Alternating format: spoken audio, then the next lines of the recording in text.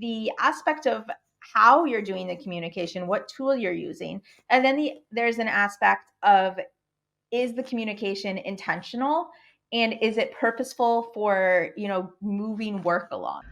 Welcome to Unexpected Journey Season 2. I'm your host, Ann Bibb. Today we have Ali Greene. She's the co-author of remotework, Managing for Freedom, Flexibility, and Focus.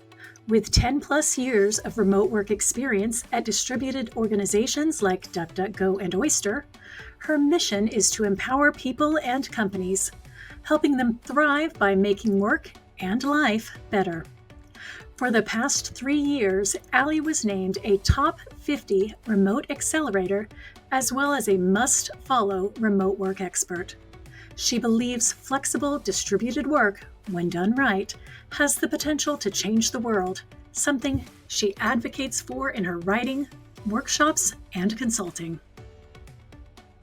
Before we begin, don't forget to subscribe and leave your comments below. Now let's get started. Welcome, Ali. It's so great to have you on Unexpected Journey. Hello, so happy to be here. I am thrilled to have you. This is your book, remotework. Came out last year? Years are flying by now. February 2023. So we celebrated the year anniversary of the book a couple of months ago. I was going to say it has been just, I was going to guess a year because I remember when I got it. And you and your partner that wrote it, your co-writer, were just lovely enough to send one to me. And what a great adventure you both had in writing it. So just excited to have you on to talk about it and so many other things in the remote work and employee experience and culture world. Yeah, I'm so excited to dive in. So, Ali, this is not where you started. This is not, you didn't 15 years ago say, I'm going to write a book about remote working. No. How did that happen? Yeah, not even 6 months before I decided to write the book did I ever say, oh, I'm going to write a book. I did not see that in the future of Ali. My story of writing the book came about because I stepped down from my position, the former head of people ops at DuckDuckGo, at very weird timing. And at this point is so many years ago that I feel like everyone has a COVID story. But mine was, I left this role and was meant to go on this personal sabbatical. I wanted to learn how to ski in the Alps. And I had all these, I've been a digital nomad and I've worked while traveling before, but it had been a very long time where I traveled in a way where I was reconnecting to nature. So I had all these personal grand plans for myself, but it was the end of February 2020. So taking everyone back to those moments of the first few weeks of March, where all of a sudden their life just totally changed. And for me, the total change moment was I was at the ski resort where I was supposed to learn how to ski. And we were told we had 24 hours notice to leave because the country that I was in was going into lockdown.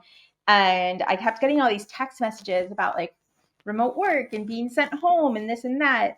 And it was the first time I felt really inspired to share my opinion in the written word. So I sat down and I wrote a Medium article and was just shocked and amazed by how many people actually cared about this Medium article I wrote, which I haven't revisited in probably a year. So I'm wondering if I still agree with a lot of that same advice.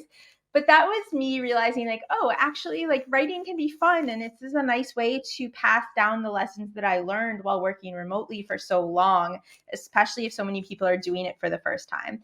And Tamra, who had been my friend for many years and had a similar parallel path when she left the remote working world to go to an office job only to be flung back into remote working, saw the same things I was seeing in her, professional networks and personal networks.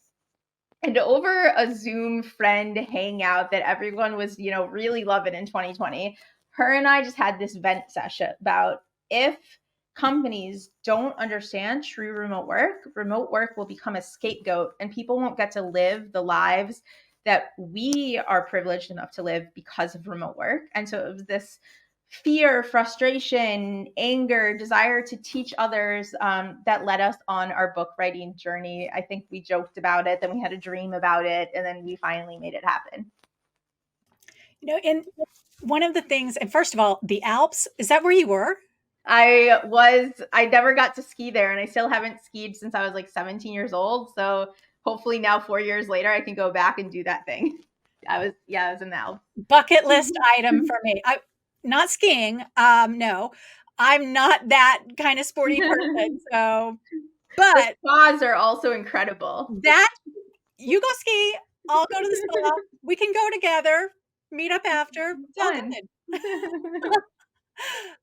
So one of the things that stood out to me in your book was that you talk about kind of liberating people from a 9-to-5 and really helping individuals experience remote work and getting out of that. Trap is not the right word. You don't use that word, but that's kind of how I felt when I was stuck in that 9-to-5, and moving into remote work expanded the flexibility and your brain and creativity. So what were you thinking, and how do you help people envision that and open their minds to that? Yeah, I love this. And the way I think about it is that first, there's a huge unlearning process. And so I think people go from a traditional school to maybe university, or maybe they take a gap year, but they're still following this very traditional life path of, education and then career building. And within career building for a certain set of knowledge workers, and this was the experience I had, it's about getting into the office, being in the office, and that's when you're supposed to be productive, and you're supposed to fit all of your life stuff around everything else. And it's at a time in your life where you're pretty new for lots of people to even just being a grown up. And so you would never get the opportunity to explore in a traditional education and work system ever. How do I work best? Where do I get my energy from? What do I like in terms of how I style my productivity? What are my genuine interests and hobbies that I want to cultivate outside of work? Who is my community and who are my neighbors? Where do I want to live? These are all questions that technology has helped us be able to answer and be able to change. But a set of more traditional circumstances has held people back from that. And so when I talk about, remote work being able to liberate people, it's a way to say, okay, you choose first how you want to live your life, what your values are, and then see how work slides into that. Because if you don't have to be physically located somewhere for the bulk of your day, how do you want to spend your time? How do you want to approach work? What kind of priorities does that take in your life, and what does that look like for you? And for me, it meant that I moved abroad. I was a digital nomad. I cultivated a social network of people outside of people in the office environments that I worked at before. And I learned a lot about how I like to spend my time and what I do. And so for me, it was this whole awakening of who Ali was as a person, not just, oh, I, worked for a startup, or I'm, an author, or I was head of people ops. All of these titles we use to define yourself, remote work lets you add in other definitions of who you are. And I think that's incredibly liberating. From that standpoint, I guess my question would be, well, first of all, I love the answer. But, moving into these roles in remote work and the leadership of them, how can people be successful as they're moving into them? I mean, that's really, leadership in remote work is very different than leadership in person. And I've seen so many, and we saw this across the board during the pandemic. I've seen it for many years, but we really saw it then, and we continue to see it. And a lot of individuals kind of screamed it to the rooftops that it wasn't frontline workers that needed the help, it was leadership that needed the help. And so you kind of focus a little bit on that here.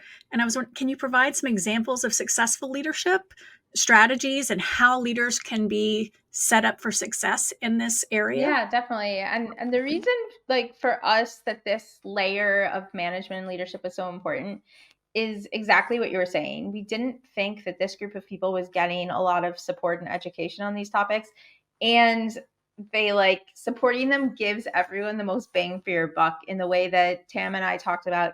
Managers are the heartbeat of the organization. And so if they are uncomfortable, if they don't know how to act in a remote world, if they don't have the right skill set or tools or mindset, everything else is going to fail. And so really, when I think through then what makes good leadership, that's when I start. And I believe that was your question, is like, what are those traits and characteristics? For me, it's what we talked about earlier already, is like the desire to unlearn and question assumptions. And I think for a lot of leaders, that's incredibly scary, and it's a big ask, and a bigger ask than a lot of people realized, because we're still having these conversations 4 years later. But you're telling a group of people that were successful, that have met some of their career goals, maybe are at the peak of their career, that everything they had to do to get there, they need to change. And that's really, I think, an emotional thing to go through, of everything I think I know that I can rely on to feel that I'm good at my job and that I am successful, people are now telling me won't help me in the next 3 to 4 years or beyond. And so this open-mindedness and desire to learn, hands down, I think is the number one trait of a successful leader in remote. And then from there, it's about learning the skill set of using the tools to help you be more efficient at the work. So the work becomes a non-issue, and your time as a leader is spent cultivating relationships online, which is a totally new thing for lots of people in the world. And it's where the synchronous time should be spent. And so when I talk through, using the tools to help you do your work, a specific example that I mean, and kind of a funny story of my growing up in my career, is I remember working in an office. My manager told me the best way to ensure that things get done is to go over to someone's desk and remind them that they haven't done it for you. And my manager was like, this allows you to build that relationship real quick. You get that FaceTime in, and you get to follow up in a kind way. Like, that strategy, one, I disagree with. Two, it falls apart in a remote work It world. feels a little micromanagey. Yeah, especially if you're like managing up, or if you're dealing with different departments. There's lots of reasons. Or naggy. Either one of those words don't sit well. Yeah, it's just, for me, and this is what I love about remote work, if you build the behaviors in, and if you focus on accountability, if you ask someone to do something that's critical to a project's success, and they agree on the deadline for that being done, that follow through can all happen within a project management tool. It can all happen without needing to physically get up and go somewhere, or to even have a meeting at all, which means the work is rolling, things are getting done, people are honoring their commitments at work, and you're using the extra time you have, not chasing people, but collaborating with people, not nagging them, but truly nurturing, hey, what are those pictures in your background? Or what are you and your family, up to in a couple weeks' time, which builds a lot of empathy. And I think that's something that is hard to really cultivate, because it's easy to hide behind a screen, and you want to help people that you like. That's, part of being human and part of our kind of, state of being. And so wouldn't you rather spend the time live that you have with someone, getting to know how they like to work, how you can collaborate well together, and not chasing them to respond to a few questions in an email? It seems simple, yet it hasn't fully transformed yet. One of the things that you just said in that question, or in that response, really stood out. And that's something that in-person managers don't have to do as much as remote managers. And that is asynchronous communication. Now, this is something that I've found very interesting, especially from individuals that have transitioned.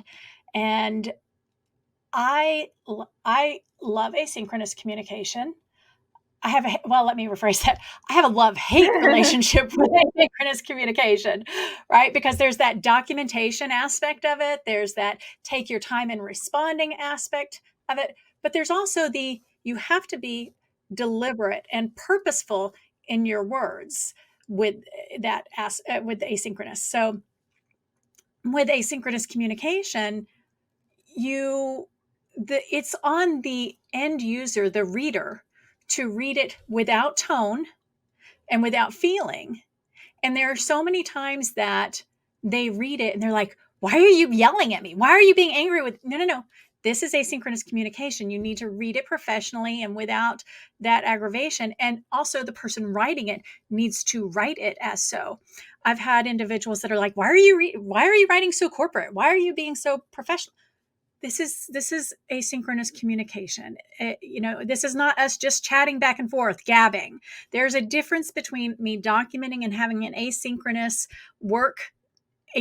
communication versus me just, chit-chatting and having fun. So kind of making those different and explaining how to do that are very different. So it's interesting bringing individuals who are new to remote work and educating them how to communicate differently in this environment. So I'm curious, long story short, very verbose way to get to, how have you experienced helping new leaders with this and educating them on the aspect of asynchronous communication, or even not educating them, just people talking and helping them understand what this is and the difference between, hey, I'm just texting back and forth with emojis. That's not asynchronous communication. That's different. Yeah, it's actually really great that you brought up that specific example, because Tam and I teach a course about asynchronous communication. And pretty early on when we teach this workshop, we have a quiz for everybody that says, which one of these examples is synchronous and which one of these are asynchronous. And one of the examples we use is chatting back and forth on Slack. And a lot of people will answer that is asynchronous communication because Slack is a remote work tool. But if you're chatting back and forth, it's synchronous communication. It's just that you're texting somebody. And so this is something that a lot of people still don't fully understand, is there's the aspect of how you're doing the communication, what tool you're using. And then there's an aspect of, is the communication intentional? And is it purposeful for, moving work along? And again, I say this because, to your points earlier too, of tone, and you can't fully understand things. And I think everybody at this point has suffered on both sides of, like, they're, hearing their doorbell ring and they're trying to quickly get a message out and they just like shoot it off into the ether, or somebody else who's then reading that message and, getting maybe that bit of anxiety of like, why is this person being so short with me? Like, did I do something wrong? And I think we don't know what goes on like outside of this box. So there's lots of things. I said earlier, oh, my laundry's in the screen. That's not great. There's lots of things that you can't see about people unless you get to know them more, which is why I think asynchronous communication is so important, because it opens up the space for the synchronous to be understanding someone's normal tone, starting to be able to picture reading what they're writing in their words, because you know more about them and what word choices they use or how bouncy their voice is, or maybe they're just a monotone person and they write and talk the same. These are helpful clues in decoding asynchronous, along with a few other things we touch on the book in terms of like, how to interpret these things. But going back to like the lessons learned, again, it's about elevating one level up from a leadership approach. It's not really about what you're writing or typing, or if you're using emojis, or if you're using tone. The lesson to be learned here is how and why do you structure communication in a certain way. And so asynchronous communication, if you do it properly, it will save you hours of time in the back and forth, because you're explaining clearly, this is the context. This is the question I have or what I need from you, or the ask. This is specifically who the ask is for. This is when I am expecting a response by, so that you can plan your day and go live your life. Like, I don't want a response necessarily in 5 seconds, but I would like it, Wednesday, May 1st, 2024 at 12 p.m. Eastern time. Like, be very specific about that.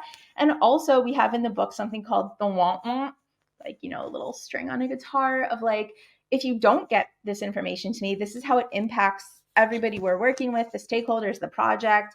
This is where I feel like I can just move forward, or where you're truly becoming a blocker. And I think by using this format of asynchronous communication, you start to learn project management skills. You start to learn, you know, oh, do I really need this? Is this an ask I have? Or am I asking something that I can find in like the wiki of the company because it's a frequently asked question? I don't need to asynchronously or synchronously communicate this. So again, it's like a lot of structure to allow you more freedom, which sounds very maybe like paradoxical. But that is why I think asynchronous communication is so important. And the skill set comes in the nuanced details and being able to think strategically about what you're communicating. And then once you do that, I think there's room for error, of course, in a safe environment of, oh yeah, I could have worded that a little nicer or neater, but just getting it out and iterating on things sometimes reduces that like stress in the remote work setting. So I love that you just kind of keep setting me up for the next question. So the first thing, there are a few things with asynchronous that continuously come up. The first one being people reading tone or misreading or taking their personal feelings. So the second one, and you just called it out, is the incessant need to feel like they have to respond immediately. And that generally comes from, in my experience, maybe not everyone, but the people that I've dealt with, coming from an in-person environment, and that I need to respond right away. Come on, fast, fast, fast. When in the remote work environment in general, if it is needed right away, either an expectation has been set, I need this in the next 3 hours, or we just call, like, I need it now, and we're going to pick up the phone and call you because it's an urgent need versus a when you get to it need. So those are kind of the expectations with regard to speed, where if we don't tell you we need it right now, we don't tell you we need it within the next 24 hours, or we're not calling you and saying, this is an emergency, I need it in the next 5 minutes, get it back to us based on your prioritization of your workload. Calm down. Within Don't stress about it. a set of constraints. Like, your workload maybe shouldn't be get this to me in 6 months, but it allows everyone a little bit more just generally good pace in work. Not everything has to be urgent. Actually, like, one of the first ever in my career trainings that I did was about productivity, and like the famous line that I was taught, that I then taught to others, which I still believe in, is if everything's urgent, then nothing is urgent. And so if we treat communication always like it's urgent, we are creating the bad habit for ourselves. Like, calm down, everyone. Right. That's a good point. And I think that this is a really good best practice. If somebody doesn't tell you when they need it, they don't indicate it, and you need to prioritize it within your workload, ask. Respond back saying, I don't see it indicated in here. Can you let me know when you need this? Do you need it in the next, and don't even leave it so open-ended. Yeah. Do you need this by the end of month, the end of quarter? When do you need this? Can you help me prioritize what your deadline is? Yeah, and depending on your communication style and your role, again, also be empowered to give a deadline and have it be pushed back. Hey, I noticed there was no deadline here. My top priority for the month is X. This falls into the camp of Y. So I'm planning on starting this, on May 14th, and it should be done by May 16th. Does that sound good? Or like, let me know if there's any concerns. I think also, like, what I want is people to feel more empowered to project manage the work regardless of rank in a company. And if they're project managing their own time and their own deliverables, and they're not getting the clarity they need for other people, ask, as you say, or challenge the assumption and put yourself back into control. And I think that depends a lot on like company culture and like personal culture and lots of things. but I also feel like the remote work movement is empowering people to have more self-agency, and that's one of the reasons I geek out about it a lot. We'd like to get to know Ali Awesome. a little bit Okay, more let's do it. and play a little game of this or that. So, you've watched the show. Some of our guests are new because they came just to see you. So just to let everybody know, the way we play this or that is I've got a randomizer over here, and it's going to give us 2 words or phrases, and Allie and I have to pick one, and we don't get the choice of saying no, neither, or both. We have to pick one and say what. So, Allie, are you I'm ready? so ready. Let's do this. Okay, here we go. The first one is, indoor trampoline or zip lining. Ooh, zip lining. Why zip lining over indoor trampoline? Because I have a fear of going more up, but not necessarily going back down. So zip lining, you're going back down somewhere. It's not the fear of heights, it's and the you're direction. like in this beautiful scenery and nature. Whereas like trampolining, if you jump too high, you hit your head on the ceiling, and that's like not good for anyone. I'm not that tall. You can't tell over Zoom. I probably would never hit my head on the ceiling, but that's, the reasoning here. It's funny. I feel like somebody's been messing with my chair. I am tall and I'm feeling very short today. Just to make you feel welcome on the screen. I did it on purpose. It's an inclusive thing. I picked zip lining too. So, which is weird because I actually had a dream last night about being on a trampoline. That's odd. So maybe I felt like this question was coming. Have you ever been zip lining? I have, yes. What about you? Where at? A few times in Latin America, one time on a DuckDuckGo retreat, actually, with some of my teammates, which is a really fun offsite activity to see also who like goes for it and who's a little timid. It's been a while though. It's been a couple of years since I've been. I'd love to do it again soon. All right. Are we ready for the next one? Archery or axe throwing? Ooh. You should answer first this time. Okay. So I've done axe throwing. And as fun as it is, it's really hard for me. So I think I'm going to have to go with archery, just mainly because I think that it would be easier. I haven't done it, but mainly because I think, it's the whole heavy or over the shoulder and having to do it accurately. It was a lot of fun though. It was a team building event, and maybe if I didn't actually have to do the axe throwing, but I was there and cheering people on, I would pick that one. But for yourself, if I'm assuming that we actually have to participate, I think I'm going to go with archery. Nice. I think I'm going to go archery too. However, I once was in an axe throwing league, like when they were first getting popular in the US before my nomad days. I really wanted to find, again, new hobbies and interests outside of work. And so I tested it out. And so it's really cool sometimes is that fun fact to be like, oh, I was in an axe throwing league. But I think I was one of the worst players there. And on a separate note, I did win an archery competition once in my life. So I'm going to go with archery. Oh!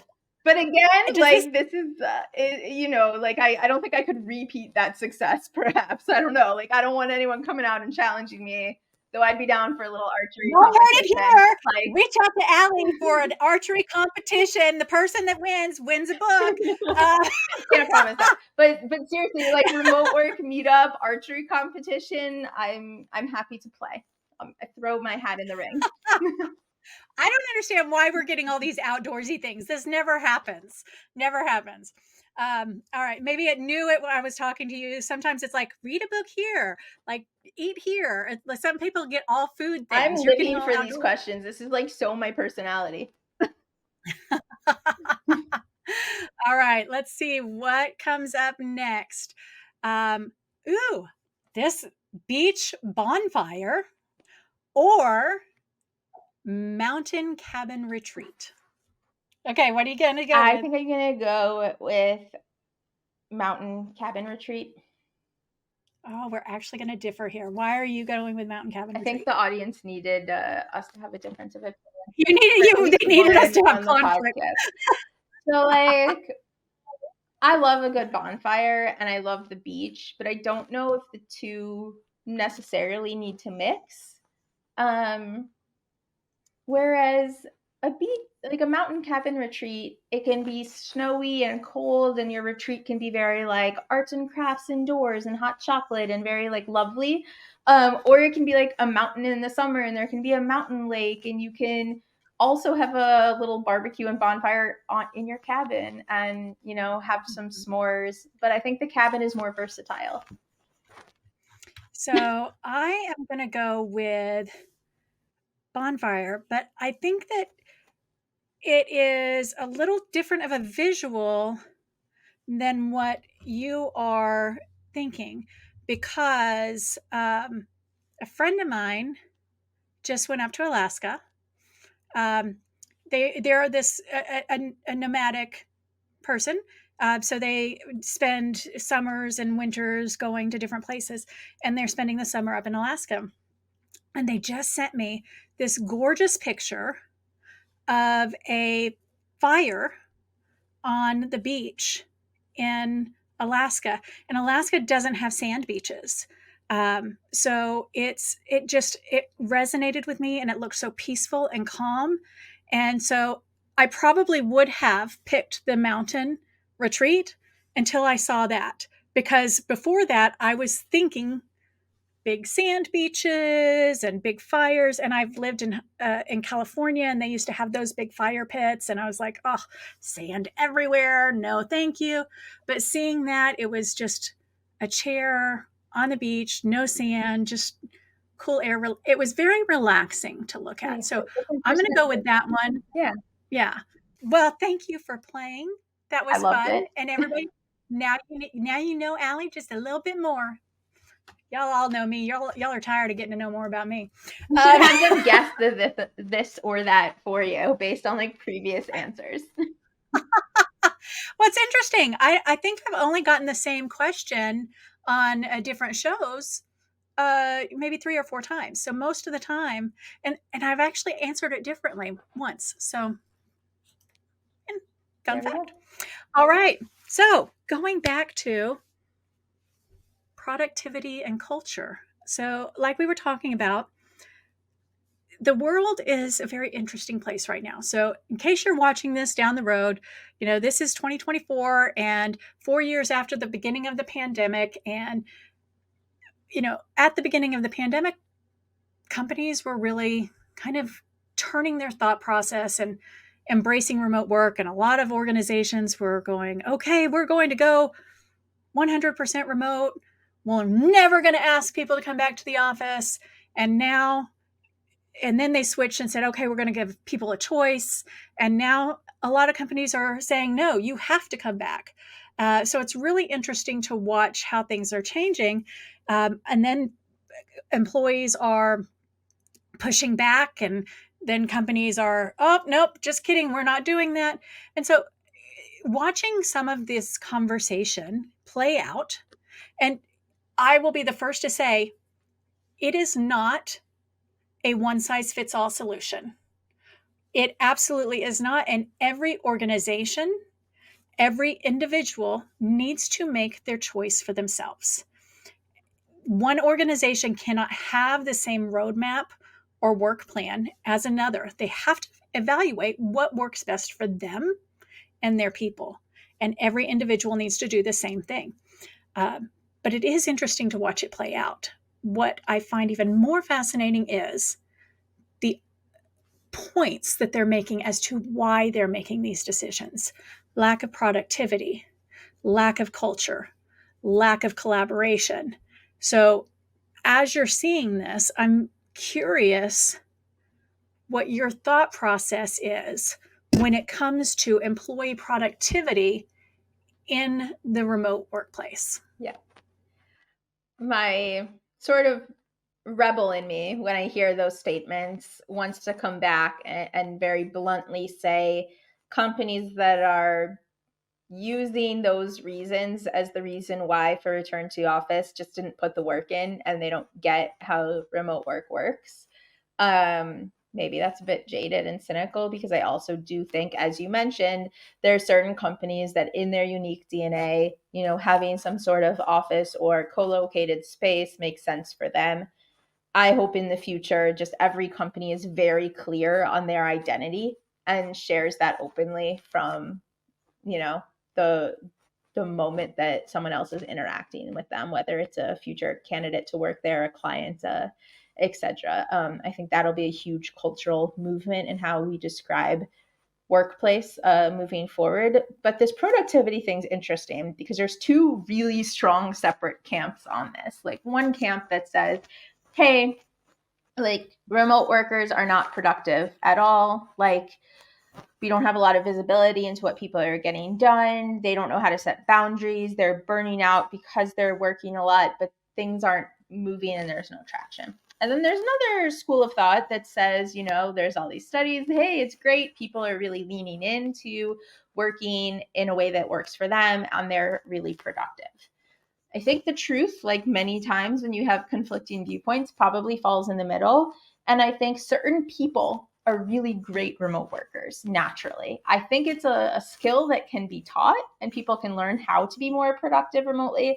But I think certain people, and we talk about this also in the book, they have chronotypes, which is like your body's natural rhythm, where they want to work in the evenings.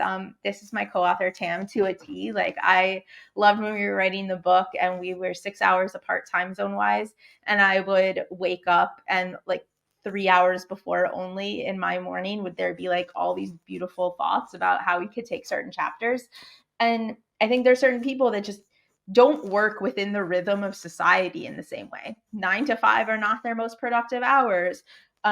Living in a certain place where it might make work more accessible to them isn't in the roadmap for their life. It doesn't fulfill other needs that they have. They, might be having other, constraints and scenarios in their life where working remotely empowers them to get the work done, and therefore they're getting the work done and they're productive and they're finding the flow. I think there's other people where they don't know how to have that level of self-motivation. They don't know how to structure their day, and nobody's ever taught them how to structure their day because they showed up in an office and then they left an office. And so the question for me is remote work, helping productivity or not? It's the people who are working remotely. Have they been taught hacks? Have they been taught strategies? Have they been taught different ways of thinking to help them be more productive? And the second question I like to ask when people are saying, oh, you're not productive, as the company, as the leadership team, as the project managers, do you know what you're asking people to be productive against? Do you have a clear roadmap of when certain tasks should be accomplished? Do you have a clear definition of done where you can say, yes, this is done, and now we can evaluate it against certain metrics, whether they're qualitative or quantitative, that help us decide if the project was successful or not? If as a company you don't have that, there's no way, whether people are in your office every day or people are in Alaska working, that you would be able to see if they're productive or not, because you don't know what you're asking people to do. And so you're paying people for their time and you're holding them against their time instead of encouraging people to work smarter so that they can be more fulfilled in other areas of their life and be motivated about the work so that they're doing a good job. And so I think the two breakdowns there is not knowing what you're asking for. What does productivity actually mean to you? And how do you structure your day to be the most productive? Do you know things about yourself, like the hours of the day you work best? Do you work best in an environment where you're social or where you're isolated and in your zone? Do you work best, in an environment where you can have multiple laptops and different screens, or do you just want to be like out in the world? That's how I am. I'm like a very much an out in the world kind of worker. And when I'm stuck at home all day, it doesn't matter like how much I, talk about topics and best practices. My human kind of psyche that doesn't want me to be like bored sitting in the same location looking at the same pictures of the wall will kick in and be like, procrastinate, do something else. And so I've had to learn that about myself and structure my life where I know, oh, there's 5 bakeries walking distance where I can go work from those places if I absolutely need. There's a library, 15 minutes away that I can go to if I need. There's a co-working space. If you didn't put in the work, you're not going to know those things about yourself, and then you're not going to be productive. I love the thought and the idea of, even if you're not a project manager, if that's not your role, you are managing your role, your job, like a project manager. You're thinking about your position, your everything that you have to do in the day, and you're managing like a project manager. One of the things that you said, and anytime I hear this word and scope, or this term, scope creep, and I hear it because I have contracts with clients and things along those lines. So I have a statement of work and things along those lines. But in the term of a project manager within your own job, you're absolutely correct. Like, this is what I'm supposed to do. This is my duty. And when it's complete, it's complete. And then I move on to the next duty or responsibility. Now, my question to you is, as an employee, I'm not a project manager, I'm an employee, I report to my boss. They have assigned me assignment A. I'm not even going to call it a project because I'm not a project manager. Assignment A. I am almost done with assignment A, and my boss comes to me and says, okay, and now I want you to, add on this. That is scope creep. That was not in the assignment. I was just almost done and about to move into assignment B. How would you recommend that be handled? Or maybe it's not your boss. Maybe it is somebody else on the team saying that, right? How would you recommend, because it's different when it's your boss, let's be honest. Like, your boss is now expanding the scope, like they're doing an amendment to the scope. But if it's your peer that's saying it, what is your recommendation on how to handle that? Because that is scope creep, and it was not in what the assignment was. And you are not unproductive because you didn't accomplish new tasks that were thrown on your plate. Productivity does not mean there's in a bucket with a hole that continuously gets filled up with water and you're expected to keep it full. That water's draining out. That was probably a terrible metaphor analogy, but when you're thinking on the spot, this is what I'm gonna stand confident in that example and think of a better one later. But honestly, it's, to me, at this point, a perfect area for people to practice that self-agency again. It's restating. We agreed the definition of done was assignment A. These new things are not on that list. Cool, happy to do it. That is assignment A.2. Assignment A was completed. I was productive. The new timeline for points, 5, 6, 7 that were just added will be as follows. I can plan on starting again if there's no debt. This goes back to the previous conversation of when are these things due? What is the impact of it? So cool, happy to do assignment A.2. I was planning on doing assignment B. Which one is a greater impact on our department's goals? Which one has a bigger revenue impact to the company? Which one should be prioritized? And that, I think, using that train of thought is helping you showcase, one, that you did accomplish a set of things, you were productive, and two, also help balance workload.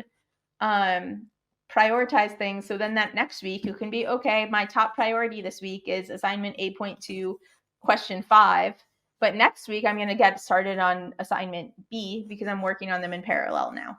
I think that's sort of the future way of managing these roadmaps of projects, and the simple lesson of just labeling it a new label so that it's clear to everyone it's a new bucket of work is very powerful. So along those lines, what tools or technologies do you find, and let's just kind of put it out there that this is one of those things that whatever we say today might is not the term to be used here. It absolutely will change in the next 3 months, 6 months. technology is a living, breathing thing, and it's constantly evolving. So I'm curious, what, as of this moment in time, are the tools and technologies that you find valuable for teams for collaboration and productivity in the remote work Yeah. world? Thank you for that, like, kind of, star asterisk comment. All right. Bold, underlined, italics, Underline. Because, yeah, I always say, like, tools get so much attention because they're fun and they're exciting. To me, the tools don't matter. Like, you can meet people where they're at. Our early versions of writing remote works happened in Google Docs and WhatsApp. And then Tam and I graduated to tools that we would promote as a best practice for remote work. But when it was just an idea, when we were just, brainstorming on it, it happened where we already communicated.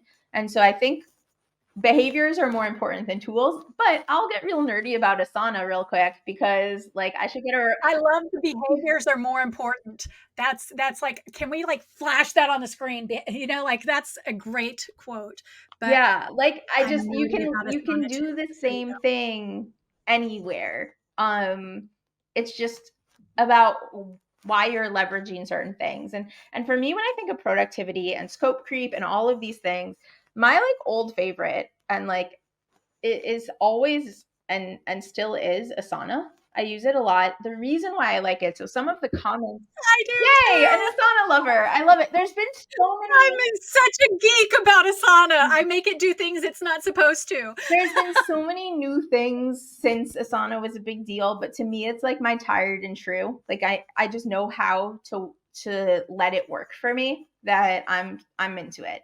But the things we're talking about very specifically. Okay, assignment A, you put it in a project in Asana, you know that it has a certain amount of tasks that are there. You check off the tasks as you complete them. Sometimes you get like a dancing unicorn and that's super fun. But everybody can see in a very transparent way that you're accomplishing the tasks that you committed to when you started the project.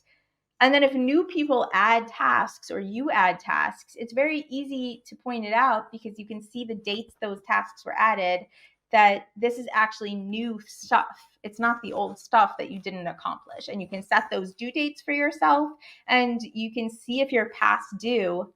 And therefore, it again goes back to that line of detective. Why are you past due? Are you past due because you're not productive? Or are you past due because something else changed scope and you just didn't have good, like, Asana cleaning up and change the deadlines? And so I think these visual clues is what people are missing, because in the office, again, going back to that first example, you can walk over to someone's desk and be like, hey, how's that work come in? You get it to me by 2, blah, blah, blah. In Asana, you can have those same visual clues by seeing, are people checking things off? Are they behind their due date? Are new things getting added in and therefore this project never being archived? Like, what's going on? And then my favorite question is, why is it happening? One of the things that is also often mentioned with organizations that are trying to pull back from remote work is the culture and the employee experience, which again, I find incredibly interesting. Is it harder to build a culture? Yes, I will agree, but you have to be intentional. So I'm really curious if you could share some examples of, maybe some companies that really have successfully created some strong, really strong remote work cultures. Yeah. So this is one of the things I am most passionate about, and also usually respond with one of the most boring answers. So like for me, culture so much is about your standard operating behaviors. Does everybody know what behaviors to do in order to be successful in the environment of your company, to push forward work, to be productive, and to feel good about it in the ways that you want employees to feel? And I think a lot of people are like, well, that's kind of boring. You're talking about, even properly project managing. Time to take a nap. Instead of having this like flashy, fun virtual gathering. And so I think that when I think through good culture, for me, it's like the bones are the behaviors and the fun stuff is the extra. It's the cherry on top of the ice cream. You can't have it without the structure there. But recently, I've learned about some new companies, which is fun because there's the classic companies that I think come up in conversations like this a lot, and a lot of them are featured in the book. A lot of the content that I've learned about how I view best practices are shaped from companies like DuckDuckGo, Automatic, Buffer, Zapier, Doist. But I had the opportunity recently to get introduced to the new frontier of remote companies doing it right. And I will say I was incredibly impressed with a company called They Do. They recently won an award from Remote. Remote is doing the Remote Excellence Awards, and I had the honor of being a judge. And what really impressed me about They Do is all of the things that you just said. It's like they come together and they have these offsites and are very intentional about why they're having them and what the goals are. And they're doing the fun activities, but they're not just doing the fun activities to say that they're doing them. There's always a reason behind it. And so I think as someone, whether you're like a candidate looking for a new job, or if you're in your current employee or setup and you're trying to make remote work like happen longer, and culture is the argument against it, I would start not from the activities you're doing, but start from why are you doing those activities? Like, what is the goal? What are you trying to get people to feel? And then see what the activities are. I'm in another Slack group community that I really like, and I've been lurking a little bit and hearing a lot of complaints that like, oh, people aren't coming to the like donut happy hours or the coffee chats as much as they used to. Does that mean like our employee engagement is down, or we're not going to have good retention, or company culture is bad? And it's like, well, does everyone in your organization know why that activity is so important to you? That would be like my first question. If you don't know why you're doing it, you're just doing it because you think people should connect synchronously on Zoom to talk to each other. But what are they talking about? Like, why is it important? How are you honoring and showing that it's important and helping them create time in their workday for it? If you're not doing those things and people aren't coming to them, I would say it's less about them and it's more about you. Ali, thank you so much for being on the show today. Two more questions. One, why would somebody reach out to you?